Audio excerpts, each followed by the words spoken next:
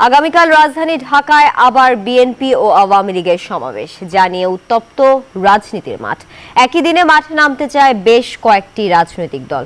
DMP commissioner Khandakar Golam Faruk জানিয়েছেন, জনজীবন বিপর্যস্ত হলে ভবিষ্যতে এরকম সমাবেশে নিষেধাজ্ঞা দেওয়া হবে।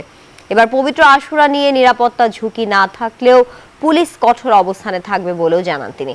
নাইমাল জিকোর প্রতিবেদনে বিস্তারিত। বৃহস্পতিবার আবার রাজধানীতে দুই বড় দলের সমাবেশ, জানিয়ে এরই মধ্যে চলছে বিএনপি আওয়ামী লীগের কথার লড়াই। সরকার পতনের এক দফা দাবিতে বিএনপি রাজধানীতে মহাসমাবেশের ঘোষণার পর আওয়ামী লীগের অঙ্গ সংগঠন যুবলীগও একই দিন পাল্টা সমাবেশের ঘোষণা দেয়। ২৭ তারিখ মহাসমাবেশ নিয়ে জনভোগান্তি এড়াতে প্রস্তুত আইন শৃঙ্খলা বাহিনী। ডিএমপি কমিশনার জানান, সমাবেশের নামে বিশৃঙ্খলা হলে ভবিষ্যতে আর অনুমতি দেওয়া হবে না সমাবেশের।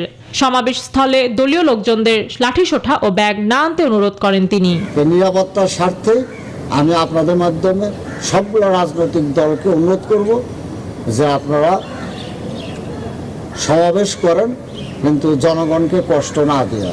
হয়তো ভবিষ্যতে এমন সময় আসবে জনগণ অতিষ্ঠ হইয়া গেলে তখন আমাদেরকে বাধ্য হইয়া এই সমস্ত কর্মসূচির প্রতি নিষেধাজ্ঞা আরোপ করা লাগতে পারে। শনিবার পবিত্র আশুরা উপলক্ষে সকালে হোসেনি দালানের নিরাপত্তা পরিদর্শনে আসেন ডিএমপি কমিশনার। প্রতিবারের মতো এবারও তাজিয়া মিছিলে দা, ছোড়া, কাঁচি, বর্ষা, বল্লম, তরবারি, লাঠি বহন ও আতশবাজি এবং পটকা ফোটানো সম্পূর্ণ নিষিদ্ধ থাকবে বলে জানান ডিএমপি কমিশনার।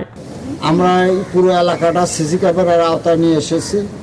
রাস্তাগুলো তো সিসি ক্যামেরার আওতায় থাকবে, আমাদের ক্যামেরা থাকবে, আমাদের সামনে পিছনে ইউনিফর্ম পুলিশ, সাদা পোশাকে পুলিশ থাকবে।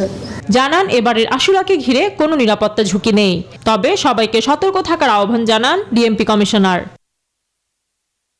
Desk report, news 24।